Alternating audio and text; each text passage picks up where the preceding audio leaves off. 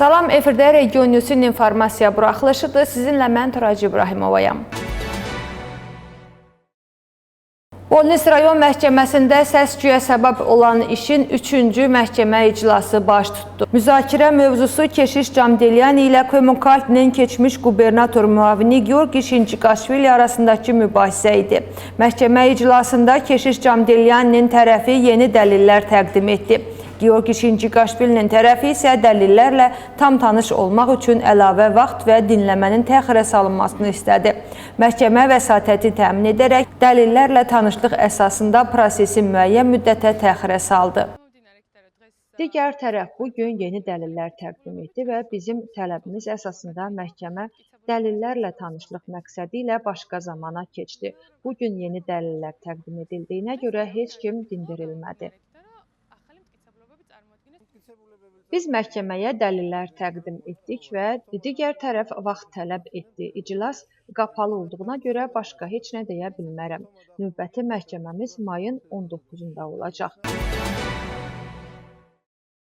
Gürcüstanın infrastruktur naziri Revaz Soxadze Marneuldə çirkab sularının təmizlənməsi zavodunun tikintisi ilə tanış oldu.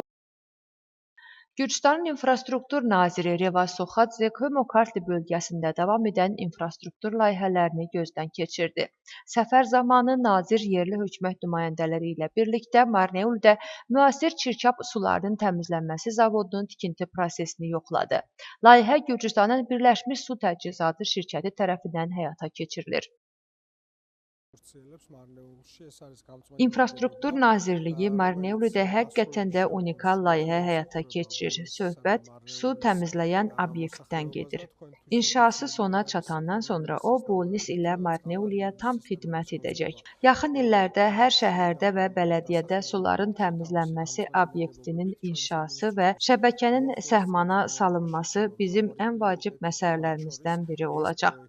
Bu qurğu həm sistemin təmizliyi, həm də ekologiyanın təmizlənməsi yönündə aktualdır. Layihə çərçivəsində müasir standartlara cavab verən çirkab sularının təmizlənməsi qurğusu tikilir ki, bu da istifadəyə verildikdən sonra çirkab sularının təkrar emalını təmin edəcək. Qurğu 13 gün məhsuldarlıqla işləyəcək ki, bu da gündə 13 milyon litrə qədər çirkab suları təmizləyə biləcəyi deməkdir. Qurğu Marneuli və Bolnis bələdiyyələrində yaşayan təxminən 45 min insana xidmət göstərəcək. İnfrastruktur naziri ilə birlikdə Marneuldə mövcud çirkab sularını təmizləyən obyektin tikinti prosesini gözdən keçirdik. Bu layihə həm Marneuli, həm də Bolnis üçün əhəmiyyətlidir. Nəticədə 46 min sakinə xidmət edəcək. Beləliklə, ətraf mühitə öz müsbət təsirini də göstərəcək.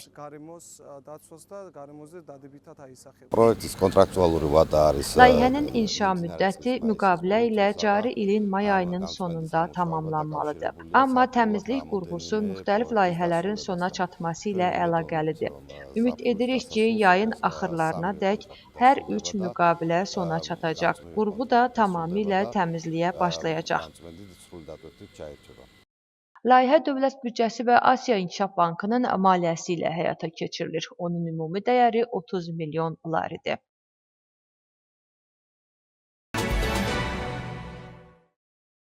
Marneuldə səfərdə olan infrastruktur naziri Revaz Soxadze burada davam edən təhsil layihələri ilə də tanış oldu. Marneuliyə işgüzar səfər edən nazir bugün davam edən təhsil infrastruktur layihələri ilə də tanış olub. Nazir İmir kəndində 90 şagird üçün nəzərdə tutulmuş bir nömrəli dövlət məktəbinin tikintisinə baxış keçirib. Həmçinin Araflı kəndində 120 şagird üçün nəzərdə tutulmuş məktəbin tikintisi ilə tanış olub. Hər iki məktəb müasir standartlara uyğun tikilir. Sinif otaqları müasir texnologiya ilə təchiz olunub. İmir məktəbinin tikintisi dövlət büdcəsindən 3 milyon 400 min lari, Araflı məktəb layihəsi isə Gürcüstan hökuməti və Dünya Bankının birgə maliyyələşdirilməsi ilə həyata keçirilir. Onun dəyəri 2 milyon 700 min laridən çoxdur. Bugün biz Komokhaltli bölgəsindəyik. Burada İnfrastruktur Nazirliyinin nəzdində olan idarələr tərəfindən həyata keçirilən layihələri gözdən keçirdik. Bunlar uşaq bağçaları ilə məktəb binalarının inşasıdır. Ümumtəhsil reformu çərçivəsində məktəb infrastrukturunun səhmana salınması bizim üçün çox vacibdir. Bu məqsədlə Marneolidə infrastruktur naziri məktəblərin inkişaf prosesi ilə şəxsən tanış oldu. Avropa standartlarına əsasən məktəbin tədris proqramına uyğun olaraq hər cür şərait yaradılır. Müxtəlif infrastruktur layihələrə baş çəkdik. O cümlədən məktəb və uşaq bağçalarının tikintisi, gələcəkdə idman infrastrukturunun qurulacağı sahələri gözdən keçirdik. Qeyd edim ki, 3 bələdiyyənin hər birində texniki futbol meydançaları salınacaq. Səfər çərçivəsində nazir həmçinin İmir kəndindəki Kəsikdərə arxeoloji abidəsinə baş çəkərək, orada regionun nümayəndələri və yerli hakimiyyət orqanları ilə gələcək layihələri müzakirə edib. Bundan əlavə, o, yerli hökumət nümayəndələri ilə birlikdə Bələdiyyə İnkişaf Fondu tərəfindən planlaşdırılan texniki mərkəzin və süni örtüklü stadionun tikintisini nəzərdə tutan idman infrastrukturu layihəsindən bəhs edib. Eyni zamanda yeni obyektlərin inşa olunacağı ərazilərə baxdıq. İdman infrastrukturunun inkişafı bizim əsas istiqamətlərimizdəndir. Kümokkartlidə də daha fərqli layihələri inşa etməyi düşünürük.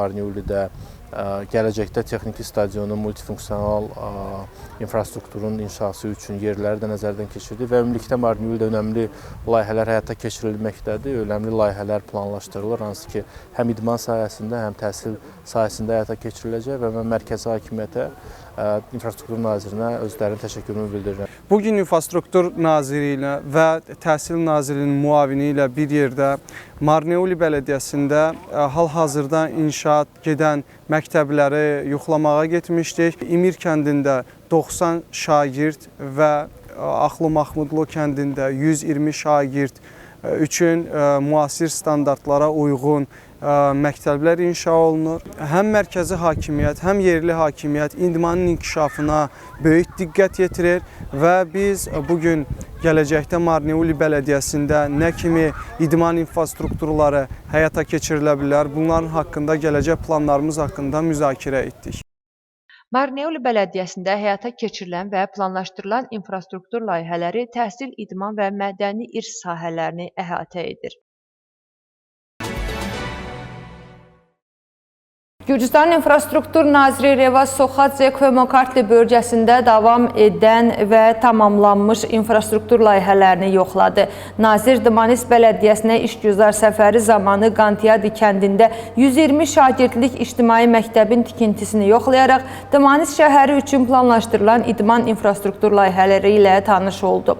Bu layihələrə çox funksiyalı idman kompleksinin və texniki futbol mərkəzinin tikintisi də daxildir. Səfər zamanı nazir yerli hökumət nümayəndələri ilə birlikdə Didi Dmanisi, Dmanisi Qomareti, Bediyani yolunun 15,4 kilometrlik hissəsinin tamamlanmış bərpa işlərinin nəticələrini yoxlayıb.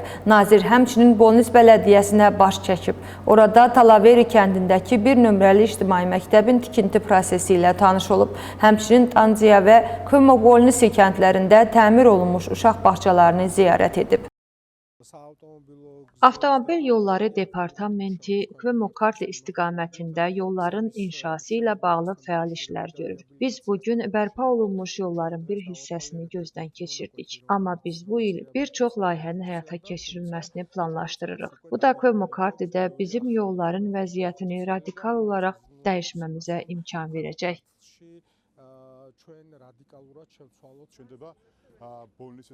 Bolnisdə UEFA-nın 3-cü kateqoriyalı futbol meydanı salınacaq. Həm də Dmanis avtomobil yollarının inşası ilə tanış olduq. Bu layihələrə görə İnfrastruktur Nazirliyinə şəxsən nazirə təşəkkür edirəm. Bu layihələr bölgəmizin inkişafına xüsusi təkan verəcək. Daxili İşlər Nazirliyinin Marneoli Polis İdarəsi bir neçə cinayətin üstünü açıb. Daha ətraflı materialımızda. Marneuli rayon polis şöbəsinin əməkdaşları son günlər müxtəlif cinayətlərdə ittiham olunan bir neçə nəfəri həbs edib. Belə ki, bu ilin yanvar-fevral aylarında naməlum şəxslər Marneulidə yaşayan bir neçə vətəndaşa Polad adlı cinayətkar avtoritet adından mobil telefonlar vasitəsilə əlaqə saxlayıb pul ödəməyi tələb ediblər. Əks halda onları ölümlə və əmlaklarının məhv edilməsi ilə hədələyiblər. Məlum olub ki, bu şəxslər müxtəlif cinayətlərə görə əvvəllər də məhkum həyatı yaşayıblar.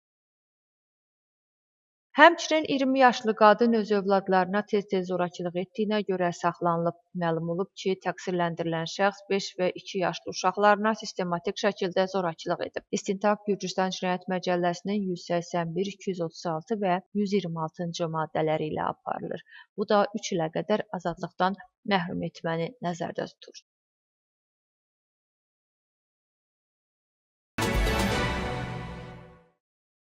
Və salam hörmətli tamaşaçılar, bu mənim əlimdə olan son məlumat idi. Yenidən görüşmək ümidi ilə sağ olun, sağlıqla qalın.